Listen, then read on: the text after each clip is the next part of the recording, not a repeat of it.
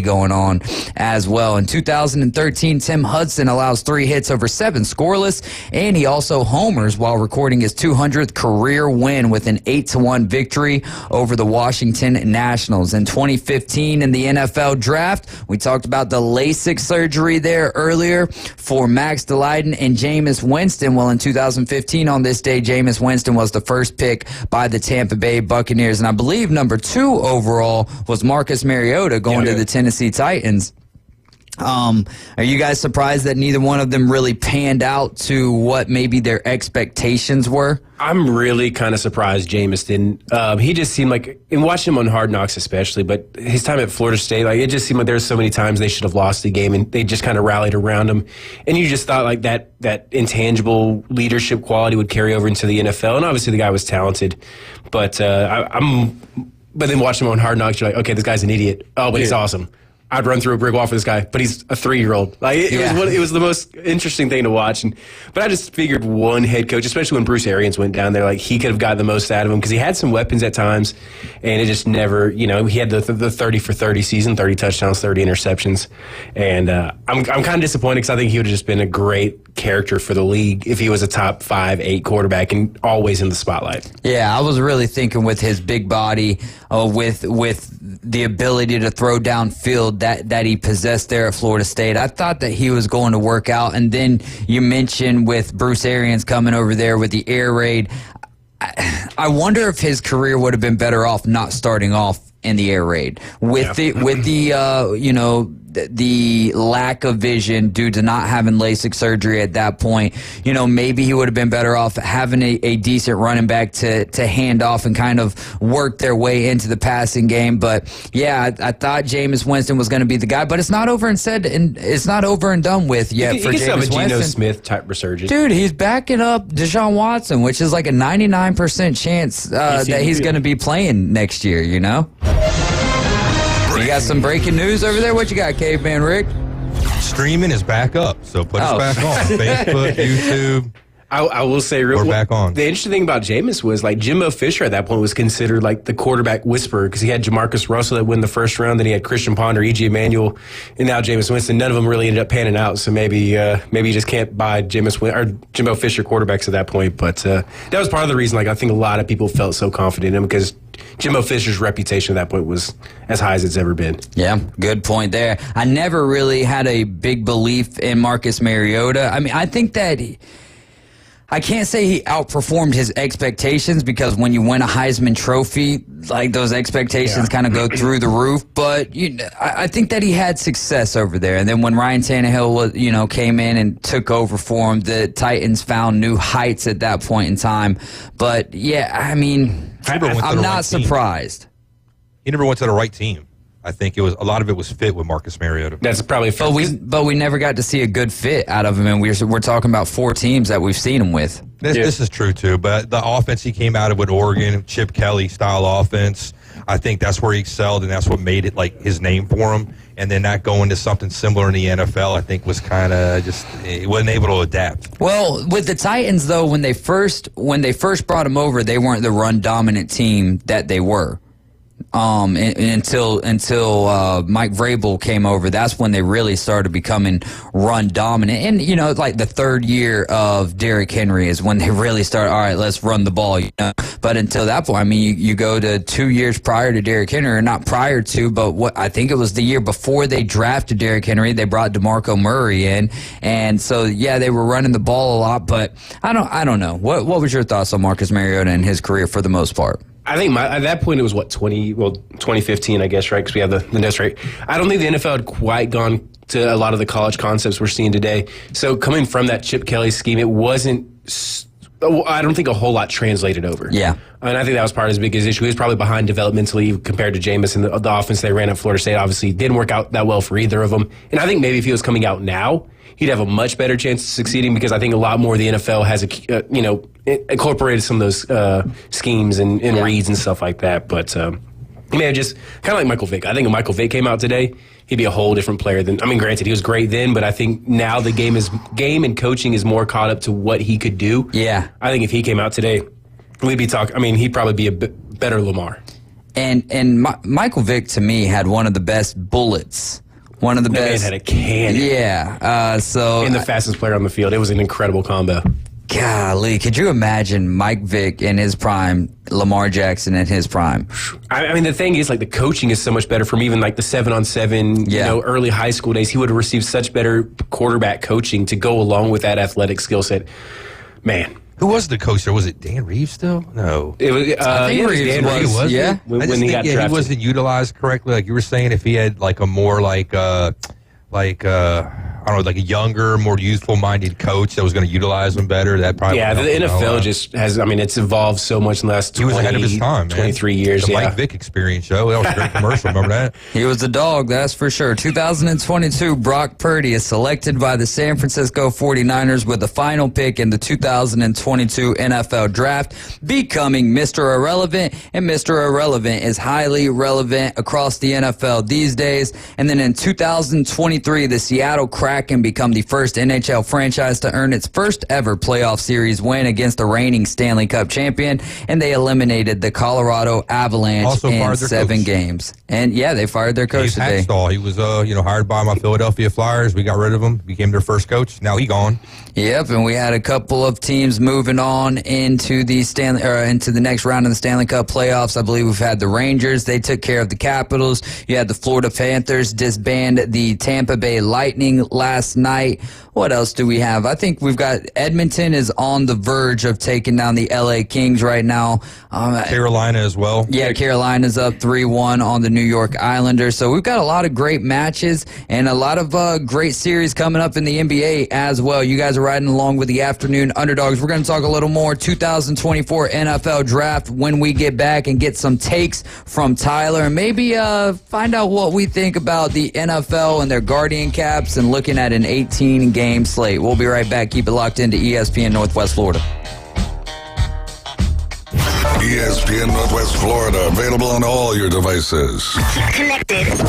Hear your favorite sports talk hosts. The Coach James Hale Show. You're listening to Inside Drive live. The Afternoon Underdogs. And your favorite teams. Braves winning! We're live on the app. Tune in, Alexa, ESPNPC.com, Facebook, YouTube, and in your car at 101.9 and 104.3. Wherever you go, there we are.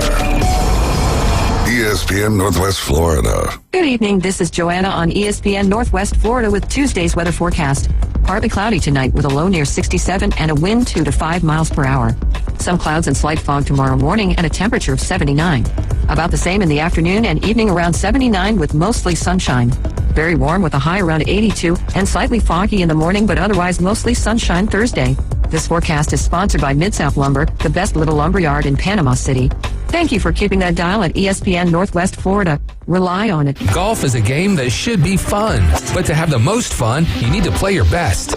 That's where the experts at Golf Plus come in. Their friendly staff will guide you through the buying process, answer all your questions, and can help with any repairs you need along the way. Golf Plus is your custom fitting, club repair, and golf retail shop. Golf Plus staff is non-commissioned and will work with you to find the best product for your game, just like they've been doing since 1988. Golf Plus in Dothan and Panama City Beach. Fitting, repair, retail. That's Golf Plus. Are you tired of hearing 2 weeks when you call to get your boat worked on? Hey folks, it's Chris Kramer with Kramer Marine and Outdoor, and we'll get you in and back out on the water as quick as possible. We're a full-line Yamaha outboard dealer and Suzuki outboard dealer, and we have master-trained certified mechanics on site. So if it's just an annual service, electronics install, trolling motor install, or all the way up to a full repower, we can take care of you. So stop by and see us in the corner of Frankfurt and 23rd next to Bill Kramer GM, or call us at 850-851-0453. WPLQ Port St. Joe, WGSX Lynn,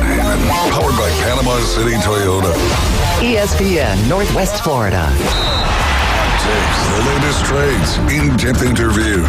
That is my reaction. We break it down for you right here. Very big springboard for the rest of my career. The Afternoon Underdogs. That's the problem right there. 104.3 ESPN Northwest Florida.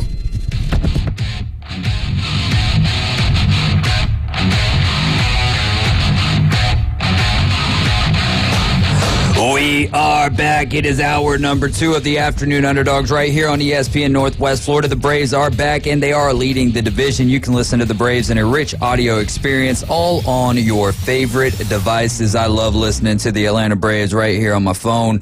Sometimes well, not even sometimes. If I'm not in the truck and the Braves are going on, I've got at least one earbud in trying to keep track of everything that's going on, and I do that right here on ESPN Northwest Florida. The Atlanta Braves on ESPN Northwest Florida, sponsored by Panama City Toyota, Reliable Hydraulic Solutions, Ellis Agency Insurance, and Best Way Portable Buildings. We're, normally on Mondays we have Coach Brian Haddad in the building with us. He was up there in Atlanta at the College Football Hall of Fame for a event, and he got to take a picture with Thurman Thomas and Andrew Jones. Man, I was a little, not jealous at all, but like Andrew Jones was my favorite baseball player growing up, so I would have probably broke the code of professionalism. Like, hey, you mind signing this? I won't even look. You just, for some reason get bored and sign me a little piece of paper. But yeah, we'll have Coach Brian back in the building with us next Monday, and then we'll also have Todd Mueller with PCB Hobby with the PCB Hobby Takeover. We will get that in someday later this week, as he was busy as well. So we had a lot of things going on yesterday, but glad to be back in the saddle with you. And also, I was glad to have that little bit of time to get some extra clocks built in, because we're on that weird stretch for the Atlanta Braves. We're on the West Coast, and so we get some late night starts over there. All right, so we want to go into the draft, get Tyler's takes. We'll also, of course, Chef Ross is in the building with us. We've got Caveman Rick behind the glass, and I'm David Hayes, and we are the Afternoon Underdogs. Tyler, the Buffalo Bills took Keon Coleman with their first pick in the second round, their first pick of the NFL draft. Keon Coleman, did the Bills do enough to address the position of wide receiver? Probably not. I mean, you don't replace. They lost Gabe Davis, they lost Stephon Diggs, and they brought in Keon Coleman, which he had a great year for Florida State. Kind of going through the draft process, I was surprised he was never really mentioned after the season as more of a top half of the first round guy. And I know part of that was the strength of the top, guys like Marvin Harrison Jr. and Rome Odunze and Malik Neighbors. Those guys kind of helped push him down a little bit. But I think he's a good fit for what they want to do. He's got the bigger body. I think he'll hold up better in some of those colder weather games, and hopefully him and Josh Allen can create that connection. But I still think they're missing a legitimate guy opposite him, and that's hoping that he can come out and play well right away, right? I mean, right. It's not a guarantee from a rookie. That's why they call it that's why they're draft busts, right? It's never a guarantee. So I'm almost surprised they didn't double dip higher in the draft. They may have taken somebody later in the round, but were you surprised that they made a trade with their? I would say, obviously, they have their divisional rivals, right, and those are probably a little bit more closely contested as far as fan base versus fan base. But I don't think that the Buffalo Bills and the Kansas City Chiefs like each other very much. And then to trade and both teams were looking for wide receivers at that point. Did that kind of baffle you a little bit? It baffled me, I'll say that. It baffled me that the Buffalo Bills were trading back and letting the Chiefs move up. And who's to say that the Buffalo Bills wanted Xavier Worthy? They might not have. They needed a bigger guy, not a speedy guy, at least in my opinion. But I'm still surprised that they let the Chiefs move up there. Were you surprised at all by that?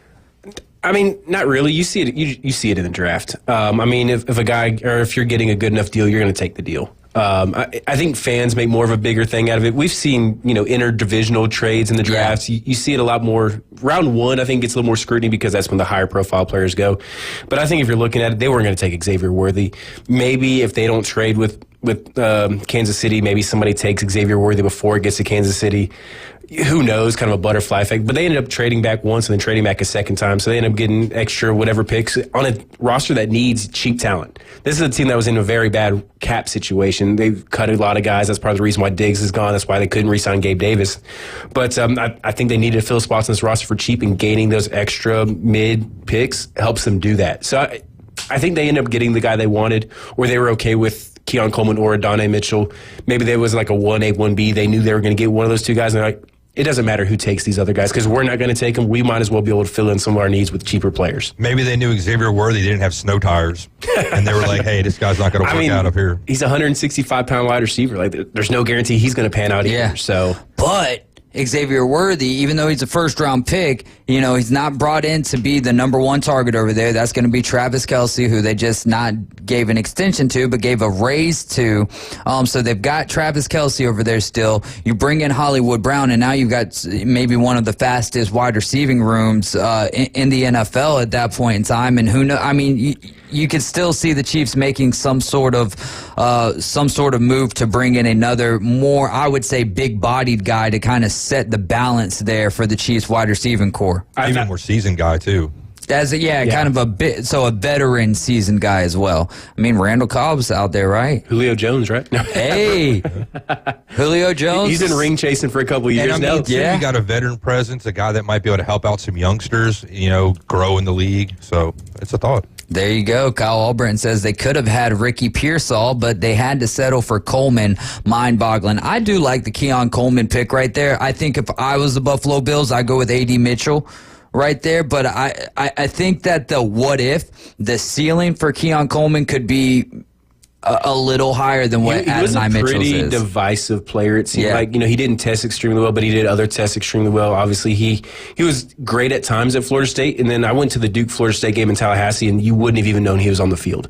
And I don't even mean that disrespectfully. It's just he was a non-factor in that game. And against Duke, which granted Mike Elko's a good defensive coach, Duke's got some good players, but that they're not on the same talent level as Florida State. And so, you know, and he disappeared at times. Then he'd score 3 touchdowns in a quarter and a half, and he'd be like, okay, Keon Coleman dominated parts of this game, but he completely disappeared for other parts. Part of that, it may have been, you know, scheme or may have been play call, but he's a very interesting guy. And same thing with Worthy. You know, it's a guy who, see how he plays out. I heard him compared, people should be thinking more Deshaun Jackson in his time with Philadelphia and Andy Reid, more so than Tyreek Hill, because I think Tyreek Hill's a fairly unique guy. And I think if everybody goes in the season more thinking of Worthy as a Deshaun Jackson replacement, even though he never played for the Chiefs, but more than a Tyreek Hill replacement, I think you'll see a better idea of how Worthy gets used this year. There you go.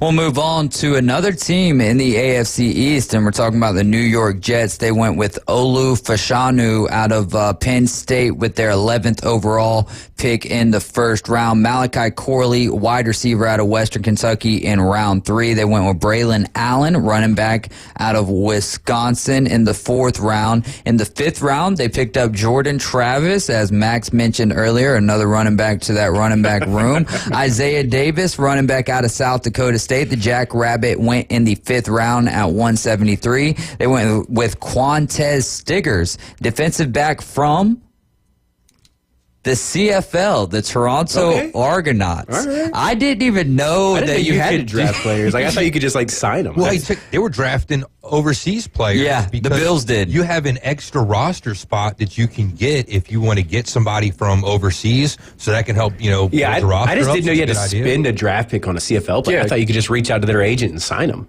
Yeah, that's Well, what I undrafted, thought, too. I mean, you can, like, you know, wait till the draft's over and probably just sign I them. had no idea. But that then was a thing. Kansas City just signed that rugby player like a month ago. Yeah. And they didn't draft him. Yeah. Oh, so Kansas City's got a rugby player yeah, as they well? signed in like One of the most famous Wales rugby players of all time. mid-March or something. Everybody's like following Jordan Mailata, and they seen what we did with him, and now Yeah. with the Eagles, and they're saying, hey, let's try to do the same thing with like a 6'8", you know, 340-pound guy. that. Raheem Mostert was a rugby guy before he got, or am I thinking Raheem somebody? Mostert was? Maybe I'm thinking of a different player. There was somebody that went to San Francisco who was a rugby guy, but maybe it wasn't Mostert. Maybe I'm misremembering that. I mean, but, I don't know. I was just, for a running back, that would have been interesting. But yeah, no, it's going to be. I think a lot of people were surprised when the Jets didn't go Brock Bowers. I think that was kind of a very trendy. Jared Haynes. Jared Haynes, okay. I think he may have come over on the same time as Reed, but either way. But Bowers was a very trendy mock to the Jets pre-draft. Obviously, they went O-line, which, you know, good O-lineman is never a bad thing. This was a great draft for it. We saw like 75 O-linemen drafted in the first 2 rounds, I think. It was just an insane number. Our mock didn't do it justice, I guess. We didn't do it. Right. Even the Packers, they went O-line the first round. And I think if you're going to make a run with Aaron Rodgers, you got to keep him healthy and in the game, right? And I know his injury wasn't directly related to pressure, but he's still going to be 40 Just years old. pressure on the Achilles. He's still going to be 40 years old. You still got to keep him Yeah. upright. Yeah. All right. Well, we'll see, man. We were really looking forward to that AFC East last year, especially having Aaron Rodgers, and we didn't get that. We got about, 4 plays, 2 to 3 plays? I think it was a 3 and out. Yeah, 3 and out. And then Aaron Rodgers was out for the season. But now you got a new look Buffalo Bills. Not totally new look, but it is, with not having Stephon Diggs, that changes the whole perception of your offense. So you got the new look Bills, the Miami Dolphins, the Tua trial still is going on, right? Then you've got, Aaron Rodgers and the Jets, and then you got the Patriots, who may or may not be good with their new quarterback, Drake May. How do you feel about the puzzle? How does that puzzle piece fit together, Drake May and the New England Patriots? I think they know that. I hope they're smart enough to know that this is a throwaway year anyway. First year with a new head coach, new quarterback coming in. I hope they don't rush him in there too soon. They have Jacoby Brissett, who has won games in this league. He's won games for New England specifically. I'd let Jacoby Brissett play basically this whole year if they can. Yeah. I mean, I think what Green Bay has done, what we've seen it with Alex Smith and Patrick Mahomes. We've seen it with other guys. When guys aren't forced to play right away, if they go in and win the job, that's one thing. Russell Wilson beat Matt Flynn out for the job in Seattle, a decade ago now. Seems a lot less. Yeah, it does not seem it doesn't seem that long ago. Right. If a guy goes out and wins the job, that's one thing. Yeah, Brock Purdy a few years ago went out and won the job. Yeah, Brock Purdy, he beat out Trey Lance now. He kind of positioned himself to be the number 2 guy there at that point when they had Jimmy G. Yeah. If a guy goes out and wins the job, that's one thing. But don't force him to play right away. But I think just kind of punt this year. I know it's hard to do as a competitor, but unless he comes in and pulls a C.J. Stroud and they pull a Houston Texans and not necessarily win the division because their division is much tougher than the AFC South was going into last year. But if they go and be a 7-9, 8-9 type team, you got to feel or 7-10, 8-9 type That'd be team. tough to be the worst team in that division and still go basically 500. Yeah, no, it's incredibly, but it's an interesting division because right now, who would you say is the best as we stand today? Who would you put money on to win the division next year? I'd say probably Miami. That's Miami. Miami? Yeah, just because of Diggs being gone out of Buffalo and that team's had their kind of woes the past couple of years. Buffalo's I think window's closed. The most consistent team out of the 4 the last 3 years, I probably would say is Miami. So I would probably go that route. If you could tell me A-Rod was going to play the whole season, I'd put money on the Jets. Yeah, for me, it's Aaron Rodgers. That's a hard. Yeah, but I'm still going Aaron Rodgers. Yeah, but we're talking about too when he was injured. Now he is older, and he did kind of come back from that fast, but he never got into any game action. And it would maybe my mindset would be different had he got injured in December or maybe even late November. But because it was early on in September, I think he'll be fully healed. And if the offensive line is worth their salt, then I would, and I'm not mad at the Dolphins pick by any stretch of the imagination, because right now, I don't care who it is, whatever team, the Arizona Cardinals out there in the NFC West, it's a coin flip at this point in time. Whatever we deem the roster to be, we have no idea. No one was throwing. I had the Texans as the 31st best football team in the National Football League last year. And I think a lot of people did. Exactly. And then they came in and they played well. That's an understatement. So I would say the Jets. And then my other thing though is I would be careful saying that the Buffalo Bills, not careful, because I get it. Seeing Stephon Diggs go, what do you have to believe in over there for Josh Allen to be able to throw the ball to? Now, I guess you're meaning Super Bowl window. Super Bowl window is closed. Okay. Division. Okay, can you get in the division? Can you get maybe one playoff I don't win? think that their playoff window is closed. I just don't know what to believe in when it comes to Josh Allen, because I believe that he is a really good quarterback, just like I believe Dak Prescott is a really good quarterback. But I also believe that both of those guys, when the going gets tough, not that they, aren't tough guys, but when the stakes are at their highest, these guys seem to kind of fade off into the background, and guys like Patrick Mahomes seem to just steal everyone's spotlight at that point. The Patrick Mahomes game, where they changed the playoff rules after that game, Josh Allen and the Bills said and did all the right things. And the next year I'm like, okay, they're going to bounce back off of that momentum and they're just going to steamroll the AFC. And they went and laid an egg. There you go. Richard says the Bills have a history trading with the Chiefs. Back in 2017, Sean McDermott traded the 10th pick to Andy Reid and they drafted Patrick Mahomes.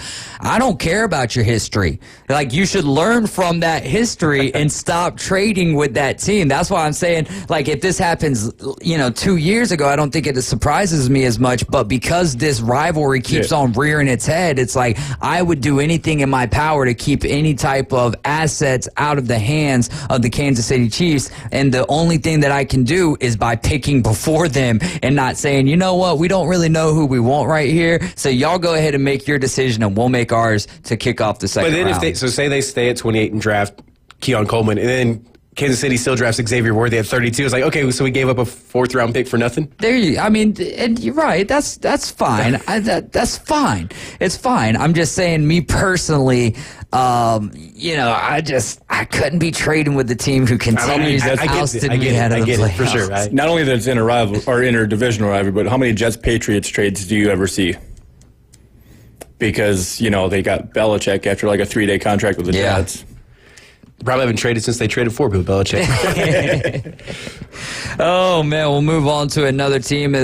Also, you can text us 850-215-6290. Let us know if you got any questions for Tyler. Ross, how do you feel about the Packers draft?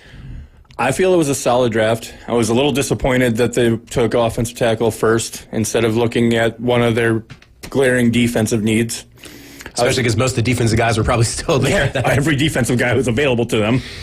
I was also not happy that they traded their number 2 pick away to get DeJean, who I was absolutely in love with. That one person takes care of 2 glaring needs in the Packers Fly, team. Eagles, fly, baby. But looking back, they addressed all their needs with solid players. This offensive tackle is a stud. They got their linebacker, they got their safeties. They're going to look really good. They're still the youngest team ever.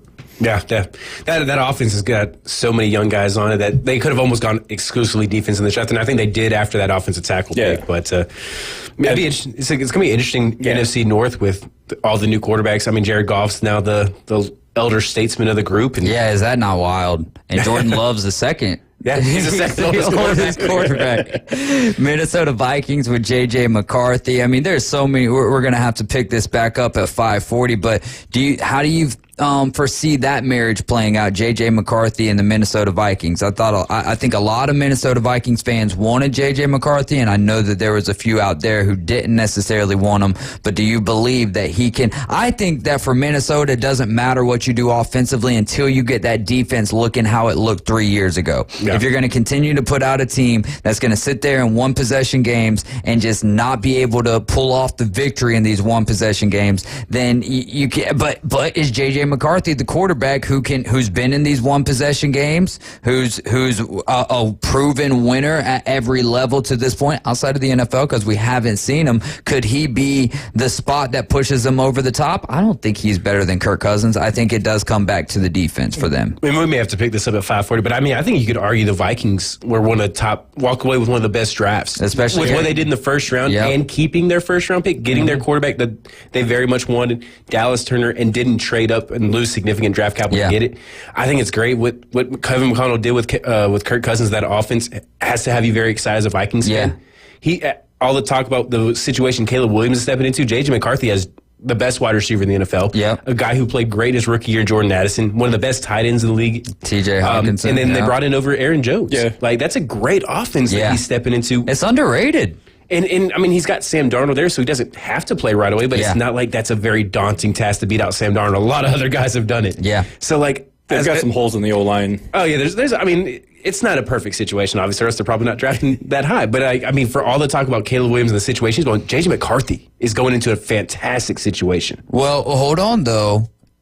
If Kirk Cousins is healthy, are they drafting that high, though? He got hurt, mid-year? It was like maybe week 12 they were or hit so. Such a bad streak of losing one-loss games, and who knows how that season turns out. But, yeah, obviously they're probably drafting a little bit later if Kirk Cousins is healthy, though. Yeah. Yeah, I want to say it was maybe Final Four because they ended up bringing over Dobbs, yeah. but they went with Jaren Hall, and I believe he got knocked out of the first game. So then you had that I think it was one against the game. Falcons, ironically. I think it was, yeah, because then Dobbs is like doesn't know anybody's name and is like, all right, let's see what we got here, brothers. But we are going to be talking some NASCAR with RJ Starcevic. He is the creator of the NASCAR Report. You can follow that on Instagram. If you have any questions for RJ, shoot them over to us at 850-215-6290, and we will make sure to ask him. Keep it locked in to ESPN Northwest Florida. You're listening to the Afternoon Underdogs. America's team plays here. And a rocket to right field. This thing is into orbit.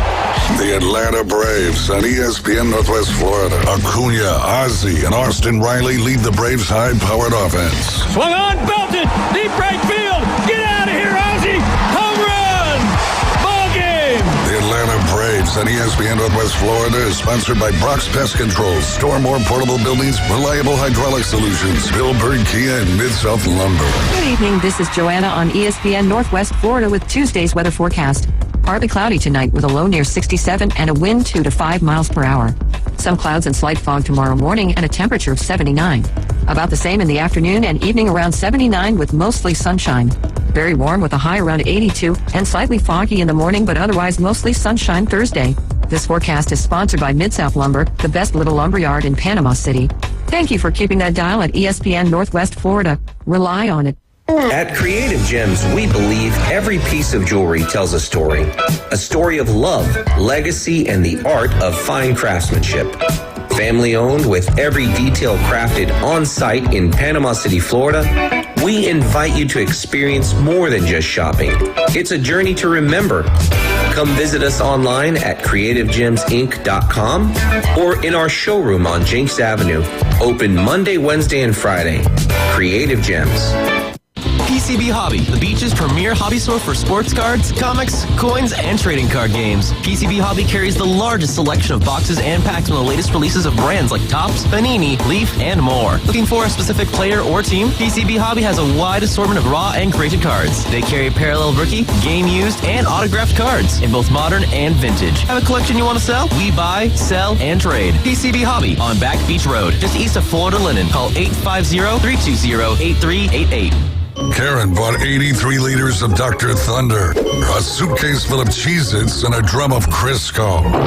Now she's crying about using the self-check at Walmart. Maybe we should speak to a manager or something. Just saying. ESPN Northwest Florida.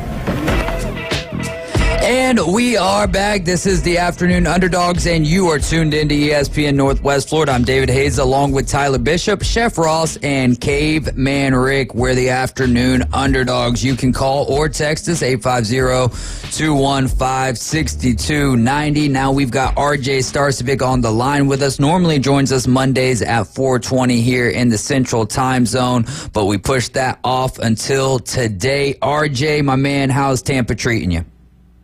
Going good, my man. Going good on this Tuesday. Any day's a good day to talk some NASCAR. So glad to be here with y'all. Yes, sir. Laps going up on a Tuesday. Give us a recap of what went down in Delaware at the Monster Mile there at Dover. Yeah, Monster Mile, in my opinion, I think it was a three-horse race throughout the entirety of the event. We saw some strategy go on, but we saw definitely long runs were important. We saw Martin Truex Jr. kick it off with a Stage 1 victory. Kyle Larson then rallied to the front. He got the Stage 2 victory, but then all in the end, it was your boy Denny Hamlin getting his third win of the season. It didn't come easy as he had to hold off Kyle Larson there in those last 20 or so laps. You know, Larson gave him a run for his money, had Hamlin moving all around the track to try and defend as they went through lap traffic. But another Kyle Larson and Denny Hamlin show in NASCAR the last few years. It seems like that's been a regular thing. You know, every other week we see those two duel it out, and I'm sure they're going to duel it out again this weekend at Kansas. But as far as Dover goes, Denny Hamlin's able to get the win number 3 on the season. He ties William Byron for the lead in the season, but definitely momentum is on the 11-team side right now. Yeah, absolutely. I did want to ask you when I was watching that, I had the question come to mind. Who is it harder for in that position when you're going through lap traffic? Is it harder for the leader or for the guy who's chasing him down? In this case, Denny Hamlin, the leader, Kyle Larson, the chaser. Yeah, I think that's certainly a great question. I think in those situations when you're hitting lap traffic, I think it's harder to be the leader, because the point that they make a lot on the broadcast to the fans is that, when you're a lap down, you're racing the leader as hard as you can, right? Because you want to stay on the lead lap just in case you get a caution. Once you get passed by the leader, you're not going to fight the second-place driver as hard as you did, the first-place driver. So they kind of give them a pass and let them go. But, when Denny Hamlin gets up there, your spotter's telling you on the radio, hey, this is the leader. We got to fight for this. We got to stay on the lead lap. So they're going to fight that leader. Not super hard, but, they're not just going to give the spot to them like they would give the spot to Kyle Larson. So I think that certainly always makes it a factor when the leader's catching lap traffic. It's always going to be a tough time to get by him, especially with how equal the cars are today.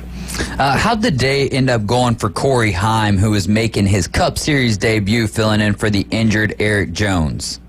Yeah, so Corey Heim ended up scoring a 25th place finish, ran all the laps, kept it clean. I think was definitely all that they could ask for of him. I mean, he had never stepped inside of a Cup Series car until Saturday, right? The day before the race. You get called upon the week prior to step in the race car. So definitely awesome of him to step in there, keep a clean race, finish in the 25th position. There's a possibility he'll be back this weekend at Kansas. I'm expecting a top 25 again, maybe even a top 20 to surprise some people. We know Corey Heim's got a lot of talent, and it was definitely a solid run at a tough track at Dover to make your debut at for Corey Heim. It's also been 29 races since Ford has won a NASCAR race that's in the top 3 series combined. It's officially the second longest winless streak that they've had in NASCAR since 1983. The longest was 42 races, which ended in 2010. Is that something to be worried about if you're one of the drivers of a Ford manufactured car? I do think so. Me and my buddy were talking about yesterday that, Penske, is the flagship Ford organization. They always usually peak at the beginning of the year and they peak at the end of the year as well, but we haven't seen that beginning of the year peak from them. And it's just been Joe Gibbs Racing, Hendrick Motorsports just dominating these races. Shades of Kyle Busch up there, Tyler Reddick, but still Chevrolet, Toyota, all up front. So we're still looking for that Joey Logano victory. We're still looking for that Ryan Blaney victory. Where is that first Ford victory going to come? I don't know. I don't think it comes this weekend at Kansas, maybe Darlington. But as we get into these summer months, where Ford usually doesn't step it up historically, they usually start off the year well and end the year off well. Now we're at a point where they haven't won. The streak is extended. I think that is certainly, the stat that you just said is something certainly worth noting. And I would be a little concerned if I'm in the Ford camp just because of how well Chevrolet and Toyota are doing right now. Who had an impressive day over there at Dover? Maybe someone who didn't have high expectations but ended up with a impressive finish. I got to go with somebody like Noah Gragson once again, impressing this season, racking off a lot of consistent finishes, solid finishes. He finishes in the 6th position at Dover.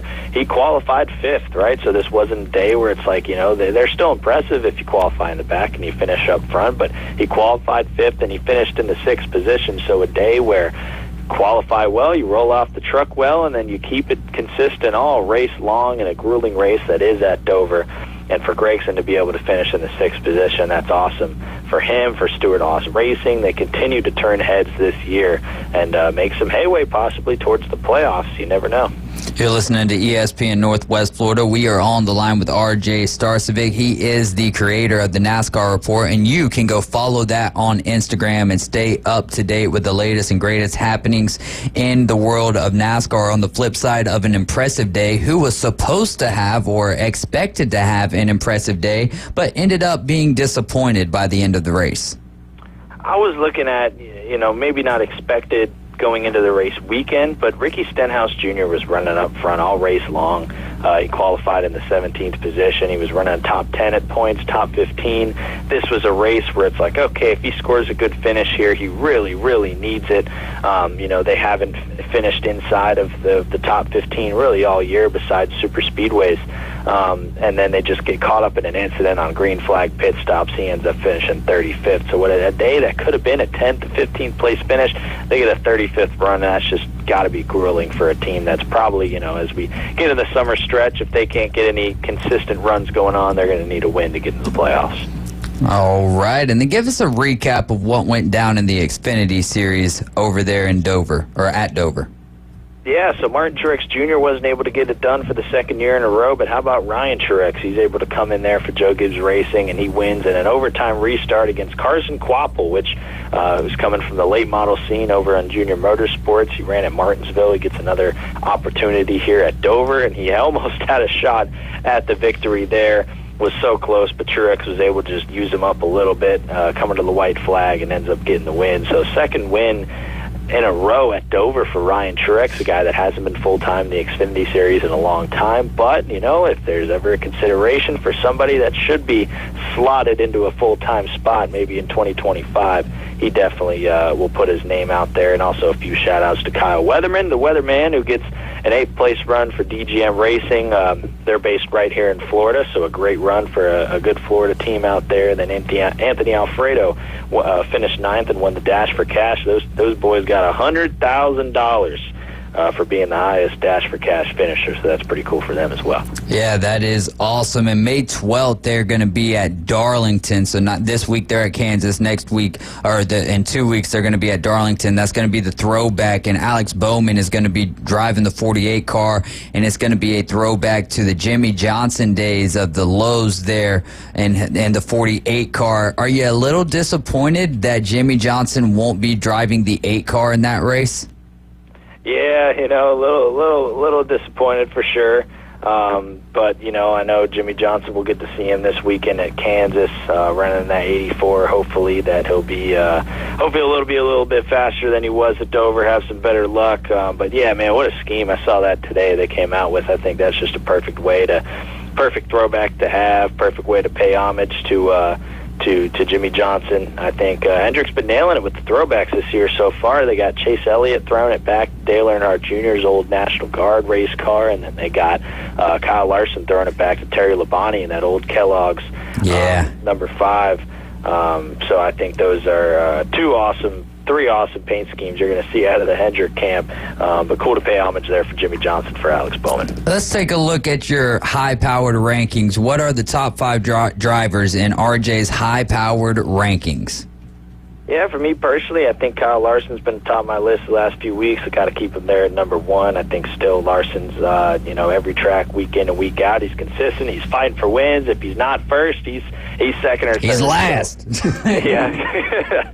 If you're not first, you're last. That is what they say. So I know he's not happy with these runner-up finishes, but they still have a lot of momentum going into a track at Kansas. I think they'll score the victory. I'm looking at, I'm going to slot in Denny Hamlin there at that number 2 spot. I think they're just, the checkered flags give you a ton of momentum. These tracks really favor Denny Hamlin coming up. I think Martin Truex Jr. will be third on my power rankings, in my opinion. Still being consistent, still being great. I think Darlington's right around the corner, a track he usually dominates at as well. I'm still putting Chase Elliott there and in the 4th spot of my power rankings. He is having just a very quiet, consistent year. He finally got the win at Texas to make some headway, but he's been following it up with consistent runs. And then I'll put in Tyler Reddick. We got Kansas coming up, Darlington coming up, 2 tracks that I think he can, run top 5, if not win at. He's actually, one of my race. He is my race pick going into Kansas this weekend, so I'd slot Tyler Reddick there in the 5 spot. Who'd you have at number 3? We had a text come in. Number 3, Martin Truex Jr. I got Larson, Jr. Hamlin, Truex, Elliott, and Reddick. That is my top 5 right now. All right, we'll move on to Kevin Harvick's going to be driving the 5 car at North Wilkesboro. Can you give me an explanation of what's going to be going, like why is Kevin Harvick driving the 5 car there? Yeah, so he's going to be practicing and qualifying the car for Kyle Larson at North Wilkesboro. Basically, Kyle Larson's got a busy month of May coming up. He's even going to have dirt races going on in between all this, but obviously we know he's running the Indy 500 and the Coke 600 in the same day. So with the Indy 500 being such a big week, they have qualifying the week before. So while NASCAR's in North Wilkesboro, he's going to be qualifying his McLaren into the Indy 500. So he's going to be at Indianapolis doing that all day with how long the practice session is. So they needed somebody experienced to come and practice and qualify that number 5 car for fun. North Wilkesboro, so they called up Kevin Harvick. So I know even myself, growing up a Kevin Harvick fan, I always was like, wondering what it'd be like to watch Kevin Harvick drive a Hendrick Motorsports car. Now it may be 10, 15 years late, but we'll still enjoy it for one day. He'll be in the 5 car practicing and qualifying it at Wilkesboro, so that'll be a lot of fun to watch. When they're setting these cars up, are they setting them up for the specs of drivers? Is Kevin Harvick going to be looking for just a good car? Is he going to be looking to try to get this car set up for the specifications that Kyle Larson wants out of his vehicle? How is that going to work out? Could it end up messing up Kyle Larson having someone else practice and qualify in the car? Yeah, you never know. I mean, you got 2 drivers that every driver in the field is going to be looking for different things with their race car. I think obviously they're probably not going to have Harvick make too many major swings at it. Probably just, be able to have the experienced driver get in there and maybe work out the kinks and see if there's anything wrong. More so instead of, making a whole bunch of adjustments, like Kevin and Rodney Childers would do. I'm sure they'll leave the car how it is, make sure there's no errors or anything like that, but most importantly, have some fun on Saturday. There you go. James Kelly texting in saying Larson's throwback is fire in the Labonte car there, going back to Kellogg's. Next week we are in Kansas. What's your favorite track fact about Kansas? My favorite track fact is you can run anywhere on this racetrack. It's kind of the same as with, when we go to Las Vegas, but Kansas just has produced us great racing, whatever package that we've run, whether it's Cup, whether it's Xfinity, whether it's truck, whether it was low horsepower, high horsepower. Kansas, especially as its age, has provided some great racing for us. You can run the bottom, you can run the top, and you can run the middle. So restarts are always intriguing. Guys are going 3 and 4 wide trying to gain spots. So it's, your typical 1.5 mile NASCAR racetrack that we're going to see this week. We have a really thrilling month of May coming up, and that's what excites me. We got Kansas, Darlington, North Wilkesboro, and we round it out with the Coke 600. So I am hyped for this month of racing. We're going to see amazing racing across all 3 series, and we kick it off this weekend at Kansas Speedway. All right, and let's get into our top 3 drivers for the Xfinity and the Cup Series over there in Kansas. Let's kick it off with the Xfinity Series.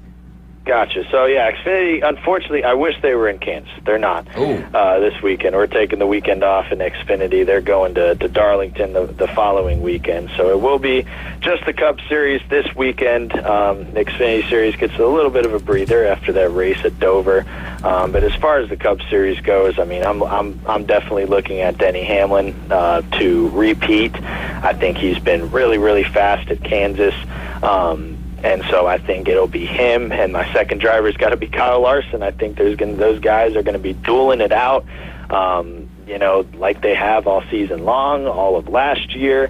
I see we could see another classic finish between those 2. But the guy that I still think I got high hopes for this weekend is going to be ahead of both of them is Tyler Reddick.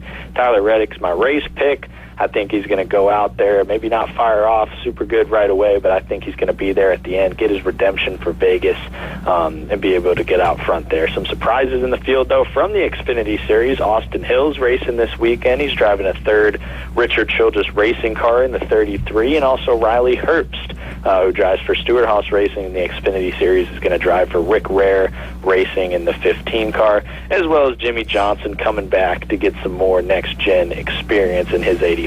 So we got a pretty loaded field for Sunday. This weekend is going to be 3 o'clock on FS1. Looking forward to it.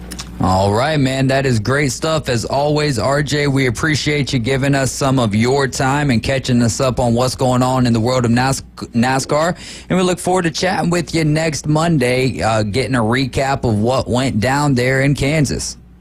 Awesome. Thank you guys so much. Talk to you guys next week. All right, my man. That's RJ Starcevic. He is the creator of the NASCAR Report, and you can find that on Instagram. Make sure you go follow it. If you are a NASCAR fan, if you claim to be a NASCAR fan, then you need to go give RJ a follow for the sole reason the kid is 19. The man is 19 years old. 19 years old, doesn't sound like it, and has been doing a great job. I mean, I think he's been reporting with us now for 3 years. I was gonna say, like 3 or 4 years, right? Yeah, and we send him to some of the races Started sometimes when he was, as like, 15? ESPN Northwest Florida. I think he might have been doing it longer than that, and he's had to been in love with NASCAR for a lot longer than that. He is definitely impressive. He does a great job, and we appreciate it anytime that he goes and represents ESPN Northwest Florida, getting us content from the world of NASCAR and the Xfinity Series. And hey, I don't think it's going to be too long before we end up seeing Jake Finch move his way up from the ARCA Menard Series to possibly the Craftsman Truck Series or to the Xfinity Series. And we'll be keeping some close tabs on him as he moves throughout his career. You guys are riding along with the Afternoon Underdogs. This is ESPN Northwest Florida. We're going to pick up back where we left off at the end of the 5 o'clock segment, talking some NFL draft, getting some takes from Tyler and Chef Ross as we finish out the day. ESPN Northwest Florida, the Paul Feinbaum Show. John, you don't like it, but you seem to be... you don't seem to miss too many episodes. That's because I am trying to talk sense into the program. No, John, you're a hate monger. Paul, let me tell you this. You need to grow up. Bye-bye. Paul Feinbaum, weeknights, 6 to 10 on ESPN Northwest Florida. New ownership and brand new renovations at Bayside Marina, the one-stop shop for all your boating needs in Panama City.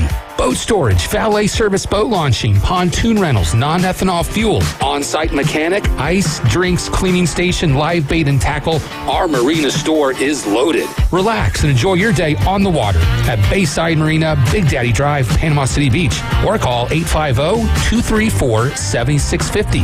That's 234-7650. Hello, this is Rick Vossen with RV of Panama City, your local Stormore portable building dealer, located at 2241 East Baldwin Road. Shopping for a garage, portable building, cabin? We build them anywhere from 8 to 16 foot wide, 10 feet to 60 feet long. We can do insulation, electricity, transom dormers, thermal windows. Come, let's customize a building together. Rick Vossen, Stormore portable building dealer, Panama City. The Atlanta Braves are back with a loaded roster of young talent and some new faces in the A. It's going to be another wild season. 3-1 hit high in the air to deep center field. Here it comes. Home run right over the wall. Tonight, the Braves head west for some late-night baseball as Ozzie Albies and the Braves roll into T-Mobile Park to take on the Seattle Mariners. Coverage starts at 7:25, first pitch 8:40, right here on your home for the Atlanta Braves on the Gulf Coast.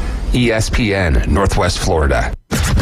Don't call it a podcast. Frequency modulation is a big step forward in radio. Broadcasting live from the world's most beautiful beaches. The Afternoon Underdogs on ESPN Northwest Florida. All right, we're back. It's our final segment of the afternoon. 850-215-6290 is the number to call after the Afternoon Underdogs. We're going to get you out there to Paul Feinbaum for a little bit. 7:25 coverage will start for the Atlanta Braves. First pitch tonight at 8:40. Reynaldo Lopez going for the Braves. He's only given up 2 runs in his last 25 innings pitched. He'll be going up against Luis Castillo, who is looking for his 3rd consecutive win. We left off talking about the Minnesota Vikings, but before we dive back into the draft, we did have a little piece of breaking news earlier. Mike Trout has torn his meniscus. There's no timetable for his return, so him and Anthony Rendon are going to start a table tennis team, and they'll be competing for Team USA in the Summer Olympics. How's Rendon going to play for your Team USA? He's been in New York long enough. Yeah. There you go. No, I'm making all of that up. But no, Mike Trout, though, he is injured with a torn meniscus, and there is no timetable for his return. He got off to a great start, too. I mean, no one else is getting on base. I think we can all say that the Angels are overperforming. I'll say from my perspective, with them not having Shohei Ohtani, they are overperforming. Early in the season, yeah, absolutely. But still, to lose a player like that, I think that they're doing all right, and it's going to get worse from here. Oh, yeah. It's going to get a lot worse from here. Guardian, well, you mentioned about Dave & Buster's.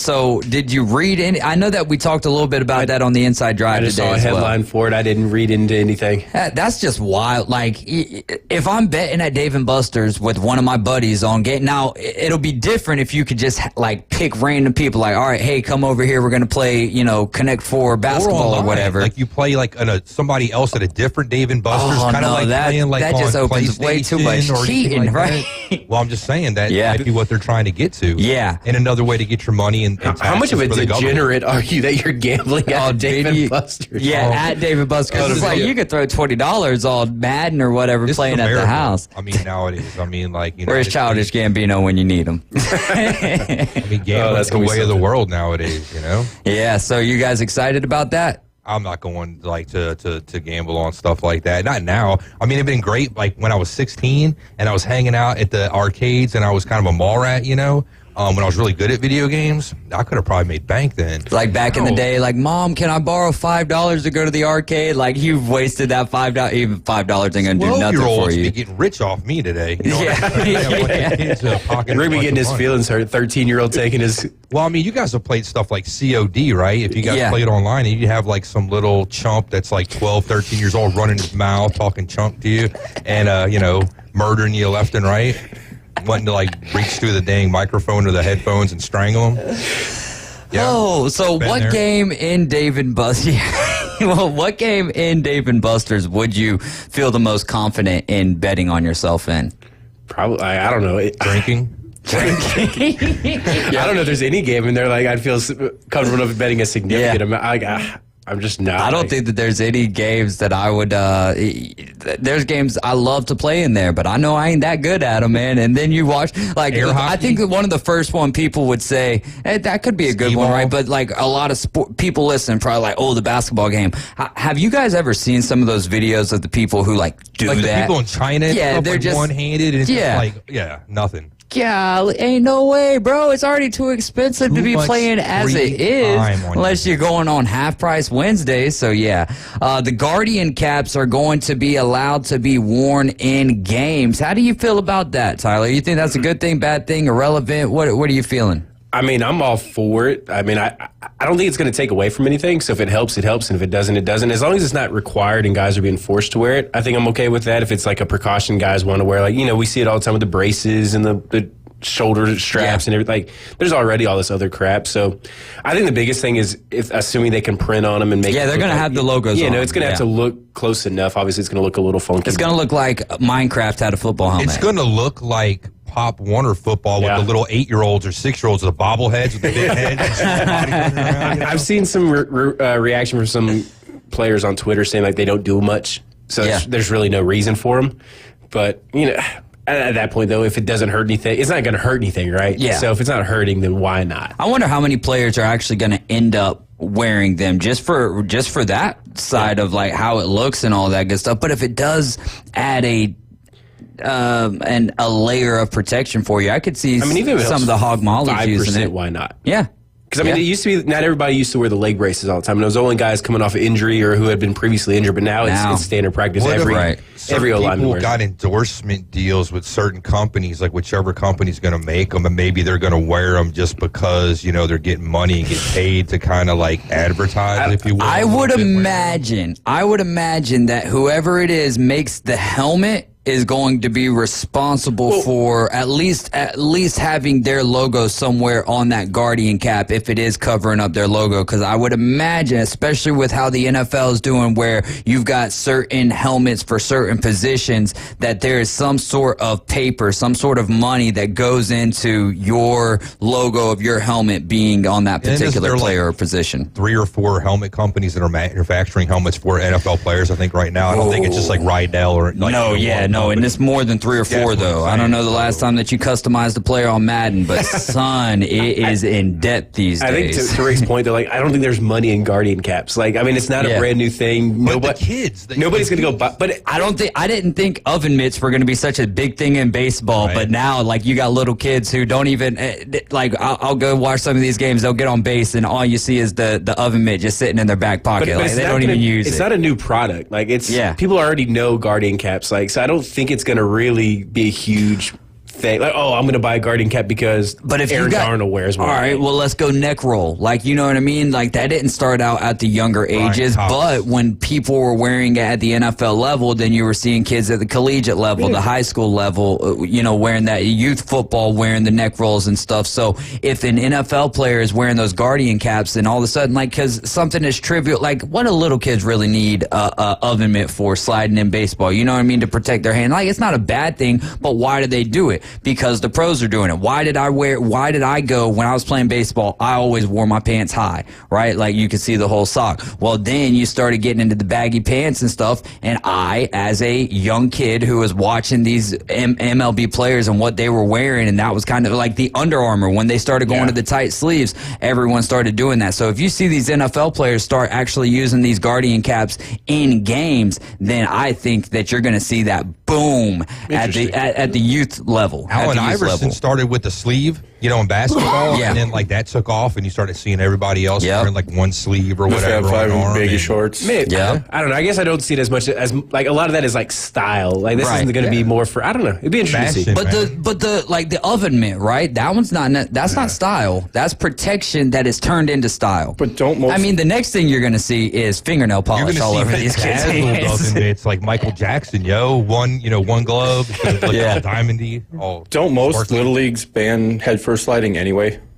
I think once you get to a certain age, I would imagine that age being 12, 13 years old is when you can start doing head first slide. But I don't know, because I was watching Ryan Mulvey's kids the other day, Liam, and I believe that they're allowed to head first slide and they're allowed to lead off and stuff. And we weren't allowed to lead off until I think that 12, 13 year old. You're not supposed to head first slide at water parks, and people do it all the time.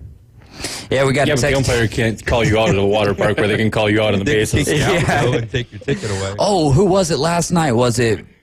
Oh man, I'm blanking on. It might have been a couple of nights ago. Francisco Lindor, maybe he was running.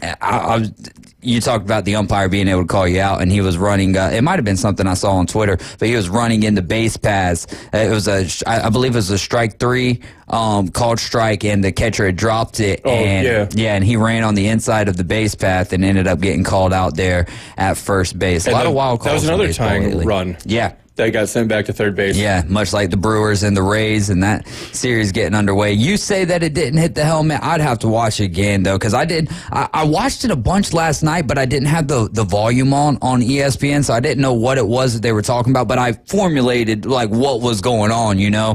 But I didn't hear what their opinions were on it. To me, it did look like, though, not on the initial swing, but on the back swing, his bat did make contact with the catcher, and that's what the rule says. If it makes contact with the catcher, be it the back swing, be it the initial swing, it's still catcher's interference, which I don't like that. I think that it should just be like when you're first initially swinging, because at the end of that, you're more interfering with the catcher more so than the catcher's interfering with you, like right? Hockey too, when you're taking a shot, if you're following through, you're okay with like not getting penalized for a high stick. You know what I'm saying? So with catcher's interference, if you hit the catcher coming through on the regular swing, you get the base as catcher's bad. On the back swing, you're impeding the catcher, like trying to throw a runner out.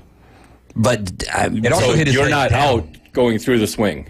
His you head get also, the base. I think, went down. So, you're trying to throw the ball or trying to make a play. The bat's hitting you on top of the head. Now your head's getting kind of knocked down, messing with your, If your bat, usually it's the glove. If your bat makes contact with the catcher's glove coming through on your regular swing, you get awarded the base.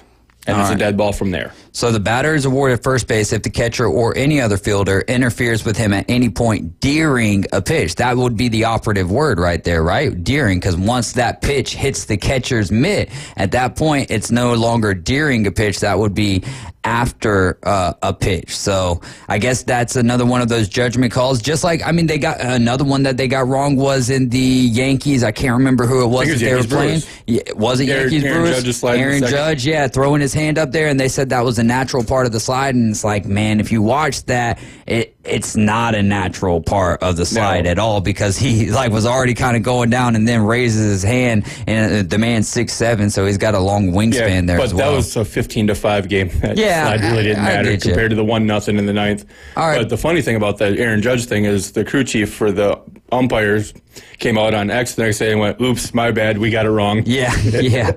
How soon, Tyler, will Bo Nix be in the mix to start for the Denver Broncos? Do you think they go Zach Wilson, or do you think that they go Bo Nix? And at what point do you think it would be Bo Nix? I think Jarrett Stidham ends up getting the day one start. No way. Oh yeah, yeah. He's been there for a year or two now.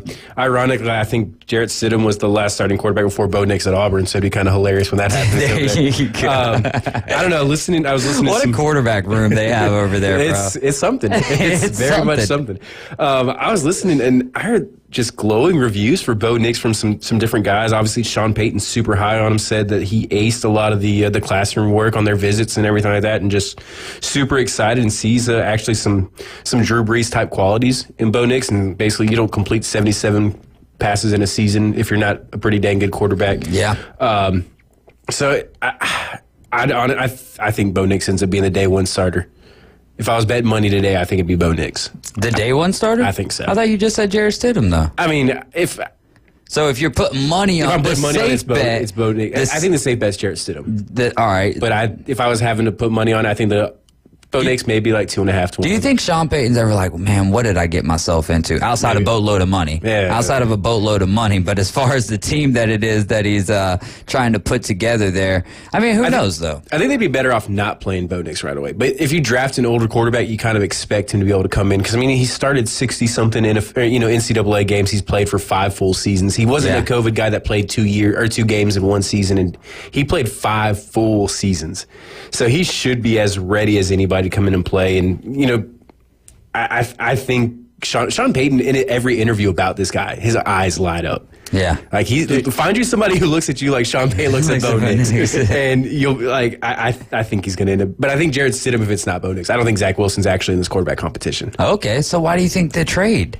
In case they didn't know how the draft was going to fall, it gives them an option outside of Stidham. Okay. But, so a 6th-round pick costs whatever. In case maybe Bo Nix gets drafted by, the Falcons before them. Yeah. Because I don't know if they were a Penix guy. I don't know if they may have been a McCarthy team. I don't know.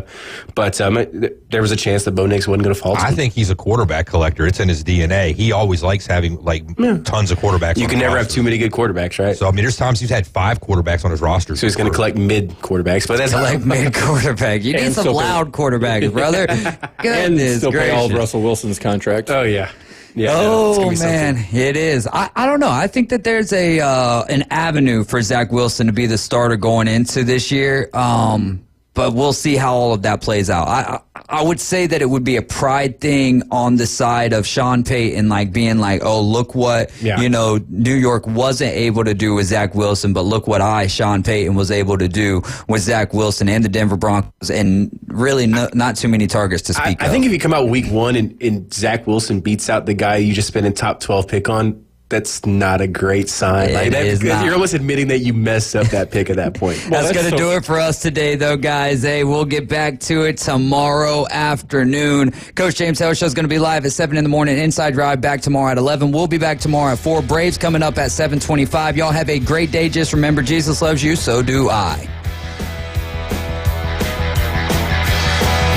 ESPN Northwest Florida, available on all your devices. Keep connected. Hear your favorite sports talk hosts. The Coach James Hale Show. You're listening to Inside Drive live. The Afternoon Underdogs. And your favorite teams. Ray!